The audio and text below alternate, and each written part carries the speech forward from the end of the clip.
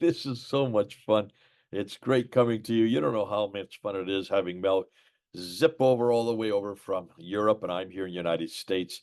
Zoom puts us together, and all I'm doing is, for like the rest of you, I'm hearing this for the first time, and it makes so much sense to me. I hope it's making sense to you. Listen, this is what we love doing research in the century where Islam supposedly took place. We're finding an entirely different environment, but which became the foundation and the nascent narrative of what later did become Islam. And that's why it's so good to have people like AJ Diaz and this David Mitchell now and you, Mel, putting it together, making sense of it all. And then what we're doing is we're taking and bringing it to you as white papers. These are what we call white papers, looking at like what if scenarios. This is what we think is happening because this is what seems to be happening on the ground. And we've done this with the Christian environment using Muhammad. We've done this with looking at the Jews, but we haven't really looked at the Jews in that as from the 7th century to see where did they use this title, Muhammad? Because Muhammad was well used. It was the praised one. Looks like everybody in Iraq and up in Syria, up where the Arabs were speaking, that's the Arab speaking world. Muhammad was an Arabic term. It comes from the same term that we have in Hebrew for Muhammad, which is in Song of Solomon 5:16. That's referring to Solomon himself as the altogether lovely one. And then St. Ambrose in the 4th century applied it to Jesus Christ himself. He was the praised one, the lovely one, the altogether lovely, the Messiah. So by the time it gets to the 7th century, Mel, it's moving into really a title for the Messiah in both in Hebrew and in Arabic. We're dealing with the Arabic here, and we're looking at Jews who are living in the Arabic area. That they would have spoken both Hebrew and they would have spoken Arabic as well. And they are also looking and anticipating the Messiah coming for the first time. The Christians are looking for the Messiah coming the second time. In the last episode, there go my balloons. Let me just let the balloons go. They get so excited, this computer of mine. It just loves to come alongside me and throw the balloons up. So here you have the Jews assuming that these exilarchs are these messiahs. They're looking for two messiahs. And now we're going to go back and look and see what we can see concerning the Hijrah itself, looking at what the dates show us. So, Mel, back to you. Help us with these dates and see if we can nail this down somewhere in the 7th century. Okay, so I suppose the first thing I would say is if you delve into all the sources about when not Islam started, but when the Tayyaye started their rebellion, let's say. If we look at that, you find that there are two Be careful separate though. traditions. For people that don't know who you're talking about, the Tayyaye are northern Iraq. All right. They're They're what we know as the Lahmids from northern Iraq. That's right, yeah. They're kind of a transnational tribe, a really massive tribe, mostly in Iraq, a little bit into Syria, and they're composed of Christians, Jews, and Arabs of no particular religious affiliation. So it's quite a broad term. Um, so something happened. Uh, a new state happened, a rebellion, mostly made up of Arabs, and but what you have is two traditions. One tradition is the one that we're familiar with, the year of the Hijrah, 622 AD. The problem is, if you look at the coins, if you look at the early inscriptions, it doesn't refer to the year of the Hijrah. It refers to the year of the Arabs, which is a totally different thing. That Hijrah idea comes later. So obviously there's a lot of backdating with concepts. So that's the first issue. The second issue is 622 isn't the only suggested beginning of this state, as it were. 617 is another one. And I've had discussions with Dr. Robert Kerr about this, and I'm saying, oh no, there's three sources that refer to 617. He says, no, no, no, but there's other sources that refer to 622. And it's a question of why is there this anomaly between these two? Today's video, we're going to try and resolve that and see that actually it might actually come down to the fact that there were two messiahs. One of the dates has got to do with the significance of the first messiah, 617, and the second one, and this is just a possibility. It might have to do with the second messiah, the Messiah ben David, at least from their perception at that time. So that's the Jump idea. in here real quickly, just to remind people from the last video we went through this last episode, didn't we? We talked about Messiah ben Joseph and Messiah ben David, and one was Nehemiah ben Hushiel, and the other one would have been Shalom, his brother, Yeah. who So turned the out. first one would, yeah, two separate messiahs from a Jewish perspective. One was the suffering servant concept. The other one was the conquering king. So with that out of the way, I'm going to just share the slides here. Okay, so 617 AD, that's a significant year. We saw that it was the year Nehemiah died. Okay, seems a very significant year. You kind of have to imagine what would millions of Jews do if their exilarch was murdered. It's bound to create a reaction. And what happened is there was a massive rebellion against, the states at that time, whether they be the Byzantines or the Persians. Now we have three sources that refer to the Tayyaye, which are that big tribe in Iraq, rebelling against the Persians and the Byzantines at that time. So, according to the official message of the Tayyaye's envoy to the Tang court in China, 651, they say it had been 34 years since the founding of the Dashi, which is the Chinese word for the Tayyaye. Okay, it's recorded in the old book of Tan and the Sifu Wan Gi. So two separate books are recorded in. So good source. It's an official source. That gives us a year of 617, 618, depending on when you count the beginning of the year. So that's one source. Second one is in a letter from the ruler of Kang, which is Samarkand. He's requesting military assistance from the Tang Emperor, and the letter says that this year, 719 AD, is the 100th year since the founding of Dashi.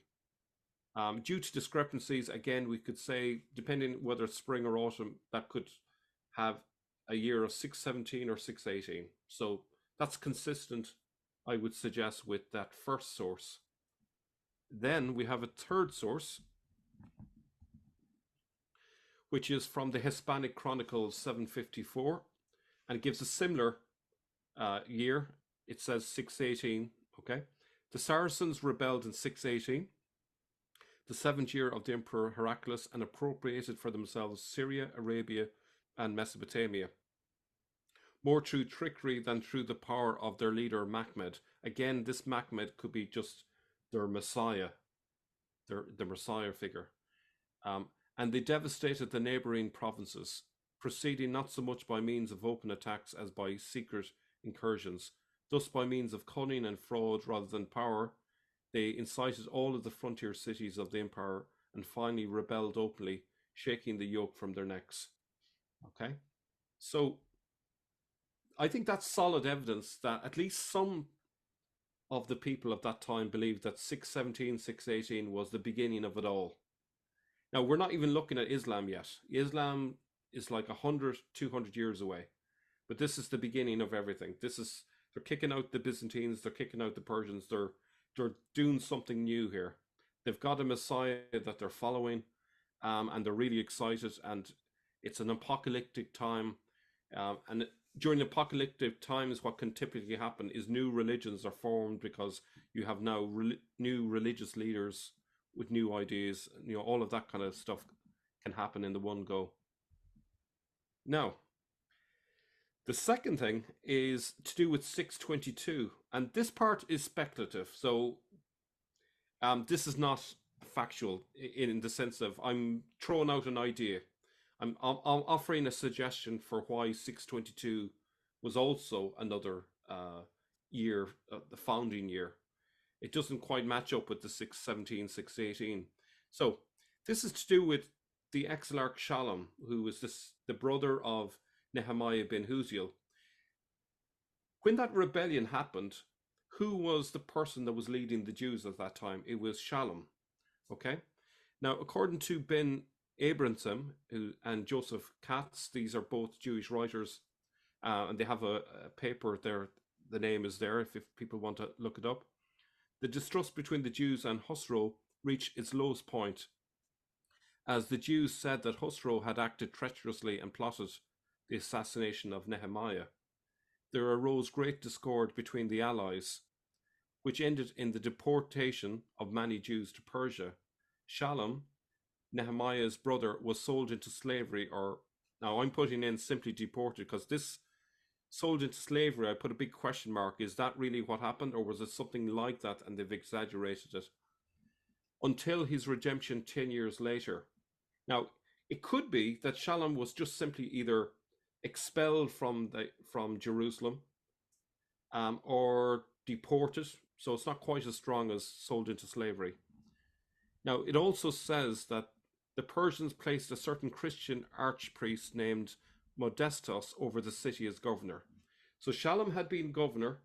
He gets kicked out of Jerusalem and is sent to Persia, somewhere in Persia. Now, if you go back 2 years ago, you remember that Paul Ellis had a thesis called the Jerusalem thesis, and in that thesis, he proposed that the various references to the house that the holy house, the Masjid al-Haram, that's referred to in the Quran, is actually referring to the Temple Mount in Jerusalem. So that, from his perspective, Jerusalem is the original Mecca. That's where the context is. So now you have this guy called Shalom, who's the Exarch, who the Jews thought was the Mahmed. He's driven out of Jerusalem. He's sent to Persia. And he's sent away for how long? 10 years. This sounds very similar to the story of Muhammad in the standard Islamic narrative. Muhammad goes away for 10 years and then eventually returns as a conquering leader, conquering Mecca again. Okay? So the deportation happened somewhere towards the Persian Empire. We have Iraq, and you also have Iran here in this. Mahosa even is the capital of the Persian Empire. Okay, you can see there we have Surah and Al-Hira as well. Now, if we zoom into Mahosa, it's actually two cities, Saluka and Ctesiphon. Ctesiphon's old name is Medina al-Atika, the old city. So Medina just means city. So if Paul Ellis is correct that Jerusalem was the original Mecca, and this is a big if, this is speculation, so if this Shalom, who Jews thought was the Messiah, is sent away and ends up in Medina, this could be the origin of that mythology around Muhammad. So this is kind of a way to explain that there was something there in the history, but it's all got distorted over time and has become a mythology about this Arabian prophet. It's got nothing to do with an Arabian prophet, just simply a Jewish exarch, I would argue. Okay, so I just emphasize that this is a bit of speculation here, so you'll have to bear with me. A deportation of Shalom from Jerusalem for 10 years might be the origin of the idea of the Hijrah.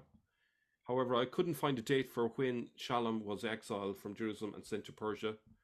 But if it happened in 622, then that would be bingo. That would be like a perfect explanation. Then we might have the origin of the 622 Hijrah date. The two distinct dates from the beginning of the Tayyayi state, otherwise known as the Year of the Arab, would appear to be linked with Nehemiah bin Huziel's deaths, that's Messiah bin Joseph, and possibly Exarch Shalom bin Huziel's exile, Messiah bin David. So what I can confirm is Ben Huziel definitely got killed in 617. There are traditions that say Shalom was sent into exile as well. So you have those two. And the history is pretty empty for some reason. It's like as if they wiped that whole history from the history books for some reason. But that's as far as we can get with that. So in conclusion, we have definite evidence of a Jewish belief that Nehemiah bin Huziel was the Messiah bin Joseph, and they expected another exarch to be the Messiah bin David. We also have evidence from a 6th century Jewish inscription of the use of Mahmed just 3 years after Exarch Zutra II was killed by the Persians. It's a fair assumption that talk of the Mahmed in the 7th century is a messianic expectation, in relation to the death of Exilarch Nehemiah bin Hushiel. Jews use the word to refer to the Messiah. His brother Shalom is remembered strongly in the Sin as a companion of Muhammad, and he's sent to exile, so that could be the origin of the Hijra dating. And if we knew for definite when he was sent into exile, if it turned out to be 622, I think that would be a really rubber stamping the idea that that's the origin of that story. The Hijra dating seems to be really strong on the tradition, so it must have been something significant in that time frame for it to be remembered as being that important, you know. So hand it back to you, Jay. Okay, good stuff. So really what you're saying here, much like this is kind of carrying on from the last episode, the Jews there in the 7th century, you're saying that Shalom was in Jerusalem, but you're saying Hushiel was over there in Iraq or in Hira. Okay, so Nehemiah bin Hushiel would normally, the exilarchs normally would be resident in essentially Baghdad. We're not 100% certain when Baghdad started. We assume it's in the 750s. There might be an earlier, 100 years later. So we're really yeah, talking about, it's not Baghdad then, it is Ctesiphon or it's Ctesiphon or somewhere what around is there. today Yeah, Kufa. So yeah, but you're saying, but that's where the Ben Hushiel was. His brother was in Jerusalem. Is that what you're saying?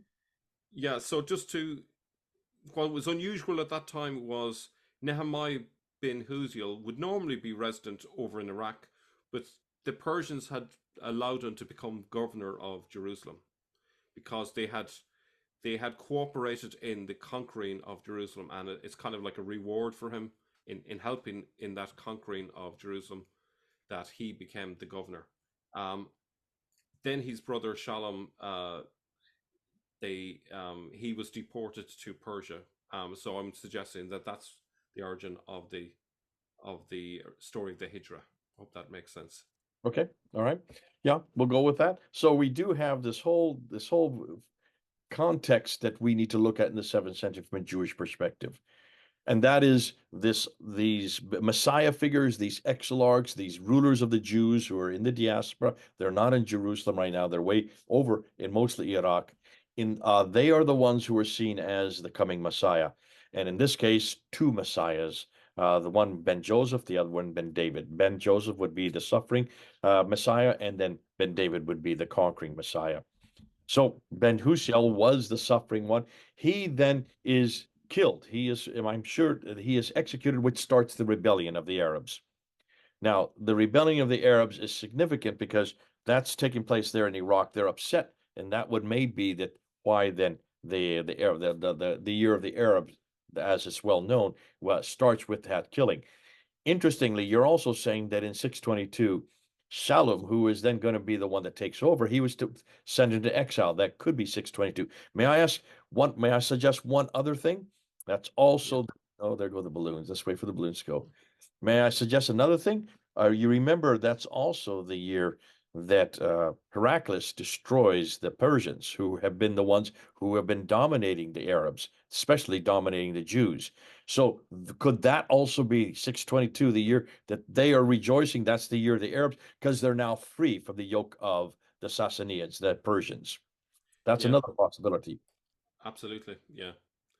You and I So have talked about that many times before.